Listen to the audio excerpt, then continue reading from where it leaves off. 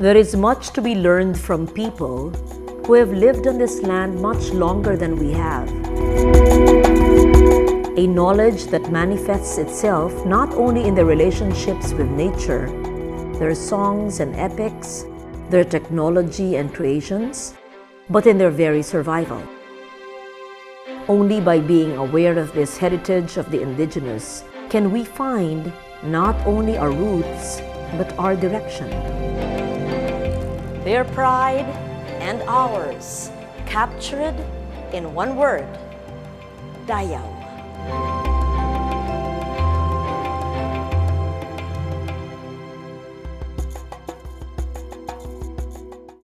When you take a look at a piece of hand-woven textile, what do you see? A design, a motif, a pattern? In this day and age of machine-manufactured fabrics, there is much more than just an eye-catching design to be fascinated with. There is this whole system of knowledge that allows a woman or a man to produce his or her own threads, color these with dyes made from bark and herbs, and lay out the warp and the weft on a backstrap loom with an intended design that exists only in their mind's eyes. There is this physical strength and mental alertness of weavers who must sit long and straight as their backs provide tension for the loom. What emerges seemingly from their very bodies are textiles that are sources of Dayaw, our knowledge, our pride. In traditional societies, the craft of weaving was associated with women of knowledge, spirituality, and healing. Skilled weavers were matriarchs sought for their counsel. Their knowledge of the forest and its medicinal herbs. Their connection with the world of the spirits. Their intuition for trade. In short, the weaver was a female leader who played vital roles in family and community life. The challenges of weaving on a backstrap loom require intense concentration, long hours of uninterrupted work, mental fortitude, and yes, imagination. This loom is a common instrument used by indigenous weavers all over the archipelago and Southeast Asia. Despite the seeming simplicity of the vertical layout, it is an amazingly complex system that requires concentration and manual dexterity. The weaver must sit with her back, providing the tension that packs the warp and weft threads together. Her hands pulling at the heddle sticks that control the layout of the design. And this is just the weaving process. The production of hand-spun threads and organic dyes were equally arduous tasks that required a knowledge of agriculture, botany, and chemistry. As weaving was considered a gift of the deities in many traditional societies, the weaver also needed to be able to discern the will of the spirits who had given to the community this precious gift.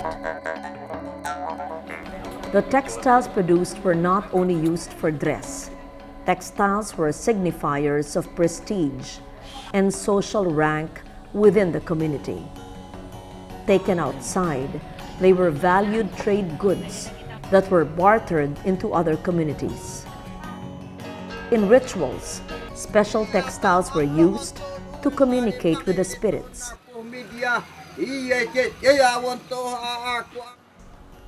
In death and in birth, bodies were wrapped in specific and symbolic fabrics.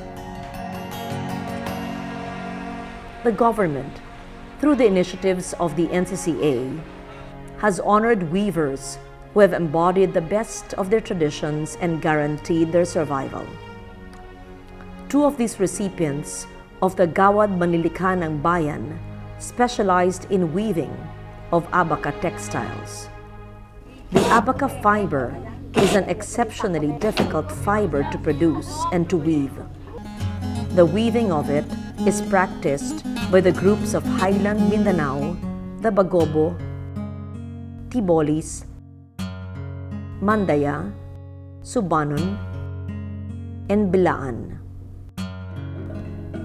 Salinta Monon was a Giangan Bagobo woman who specialized in the dense weave with patterns from ethnic templates. Lang Dulay, a Tiboli, had mastered the production of the large-scale traditional designs of her people in all their dazzling complexity. Both women were recognized for both their technical skill as well as their artistry. Both produced their own fibers, dyed these according to their knowledge of herbs and natural materials. Both set up their own looms and laid out the threads. Both were proponents of the ikat technique of weaving.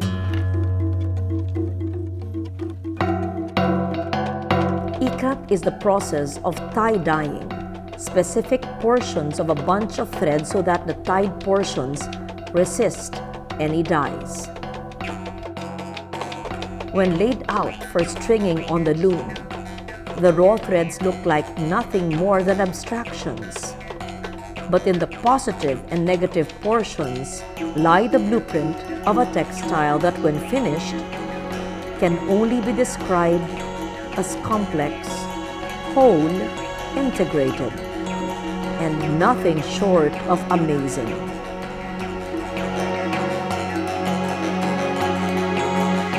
Both women, after receiving their awards, continued their dual life missions to continue weaving and to pass on their knowledge to younger women of their own communities.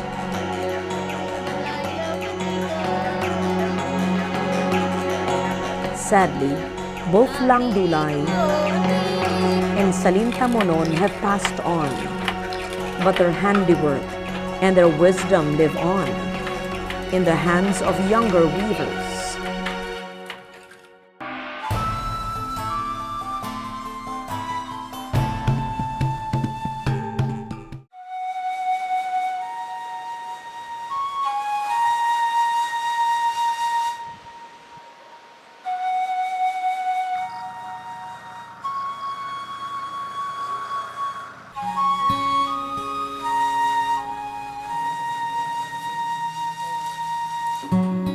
Near Banawe, the weaver Angelina Bule works quietly in her home, assisted by her son and daughter.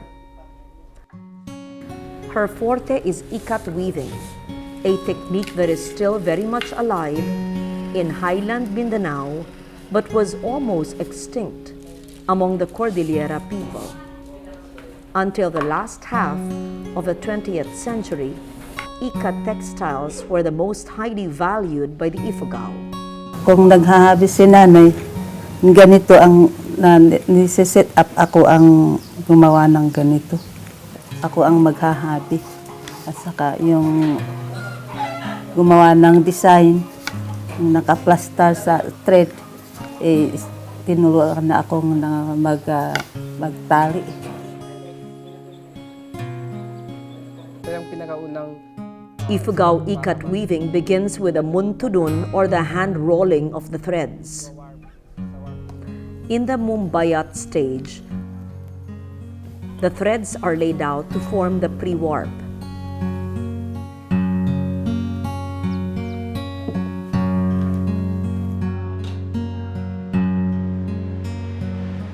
Then the most difficult stage, mumbubud, or tying the warp so that it can resist the dyes. The dyes used combine salt, mud, and the bark and leaves of specific trees. Red, for example, is the product of nara bark.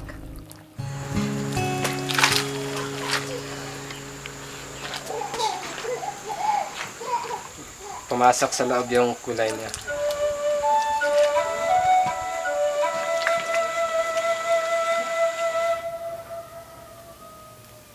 After the dyed threads have been air-dried, they are then rewarped and set up on the loom.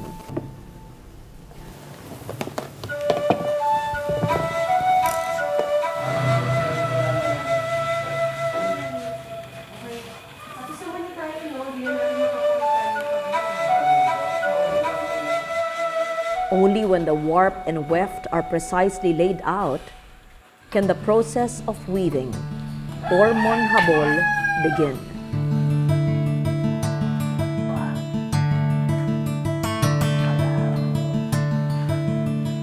The motifs of Angelina's work incorporate the symbols that Ifugao recognize.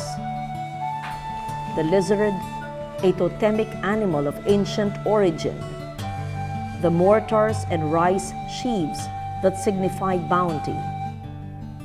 The mountain ranges that make up their home. Her signature masterwork, though, is a reproduction of the Uwes Pinintuan, the ikat blanket first woven but no longer produced by the Isinay of Nueva Vizcaya. This blanket was traded by the Isinay into Ifugao territory and became much valued as a death shroud known as a kinutian. In Angelina's work, the motifs of a rare textile, once thought vanished, now lives again. So bali ito po yung pinaka-hari ng mga blankets po. Kasi ito po ginagamit po ng mayayaman lamang. Bawal pong gumamit ng mahihirap. Ito po isang recognition po para sa journey po ng isang successful man in his journey in life.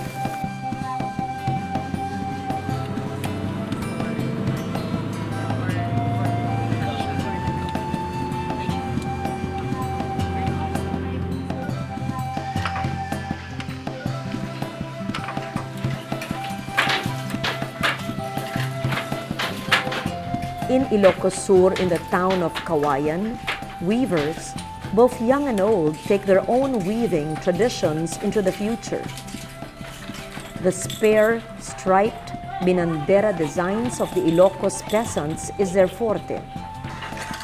But newer elements are being added because the market for hand-woven textiles from the Ilocos demands innovation in color, in texture, in pattern. Inabel, the term for hand-woven fabric from Ilocos, mirrors the stoic simplicity, as well as the resilience that characterize the Ilocano. The loom used is very different from the backstrap. The frame looms are large enough to sit on and are operated by the feet of the weaver, as well as by the hands. It is known as the pedal loom.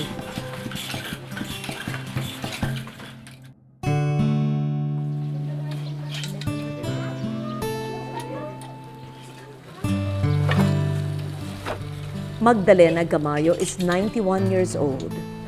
She has been weaving all her life in her hometown of Pinili, Ilocos Norte.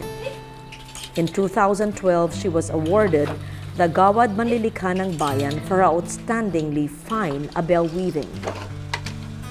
The award was given in recognition of her ability to produce, dye, and weave native cotton into inabel. Sadly, she now is experiencing difficulty in getting a good supply of native cotton and must work with a commercial kind. But still, Nana Magdalena goes on weaving. The signature weave of the region is a binakol, a double-edged blanket weave. The design is characterized by an optical illusion of vibrating spheres, squares, and cruciforms. The cosikos, or whirlwind design, is a binakol variant, influenced by the neighboring tingyan of Abra. The design has been likened to op art because of the seeming vibrations and movement that echoes the volatility of the whirlwind. And to create the whirlwind, it takes the experienced eye, the quiet calm of older weavers, passing on their visions and their knowledge to their younger counterparts.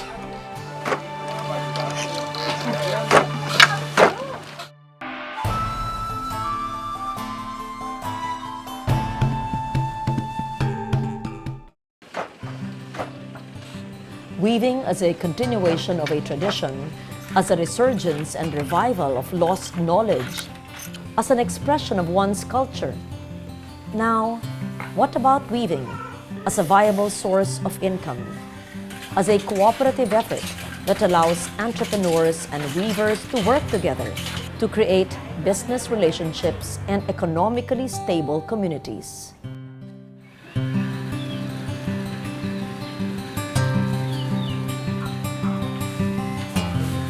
In Arevalo, Iloilo, the signature weave is called hablon.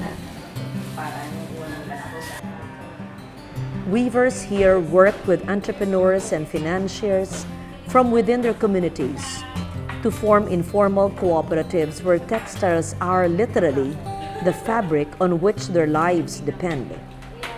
Mrs. Cecilia Hison Villanueva is one such entrepreneur who empowers the weavers.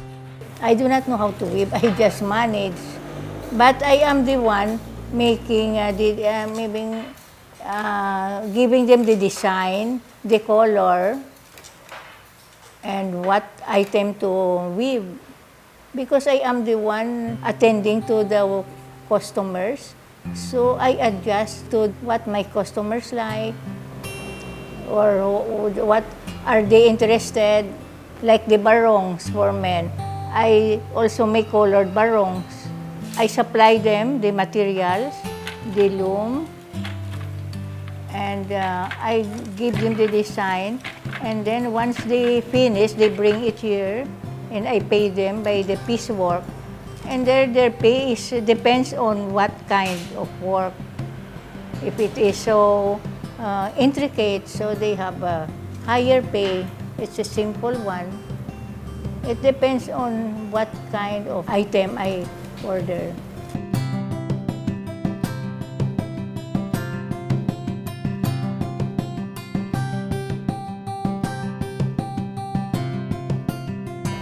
For me, I think weaving will not die. No. I am optimistic that it will go on. You know, I have a weaver. She died already. She told me the weaving will not stop. It will continue.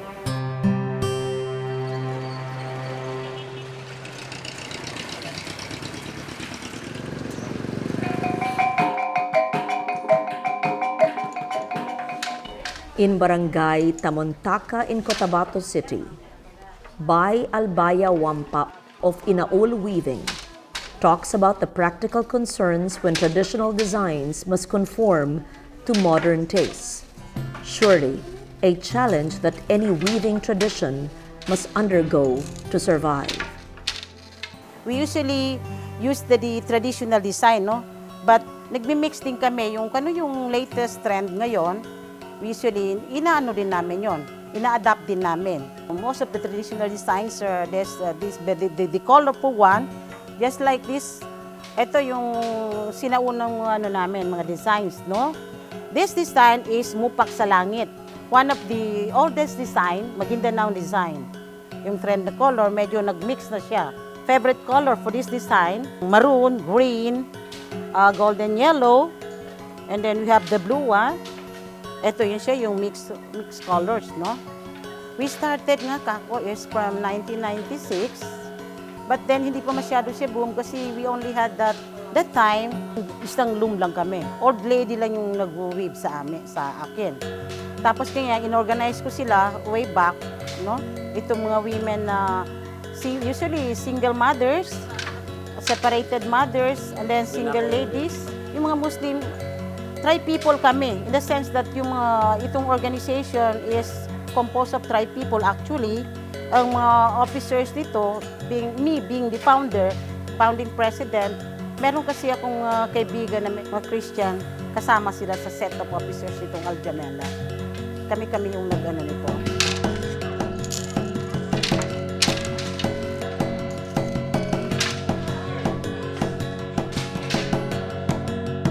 Weaving is a very strong symbol, it's a very good symbol of the community because the way the threads intersect the warp and the woof, no, symbolize a closely knit community. And it's the mother, it's the woman who maintains the sense of community. Why? Because the family is basically mother and child. There cannot be any stronger bond than the mother and child connection. You will note how strong a community is depending on the tightness of the weave. The more micro is the interweaving pattern, the stronger the sense of community. And the more you'll find that the mother is the one that really unites, that really bonds the community.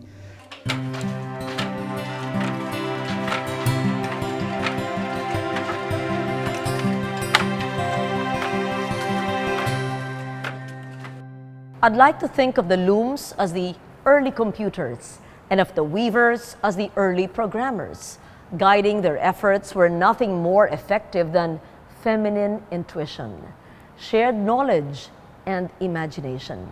Sadly, other factors like war and violence, poverty and marginalization, even apathy, are constant threats to the preservation of this ancient feminine power. And yet, these weavers endure and continue. Strong women, leaders, survivors, proud carriers of Dayaw, our knowledge, our pride.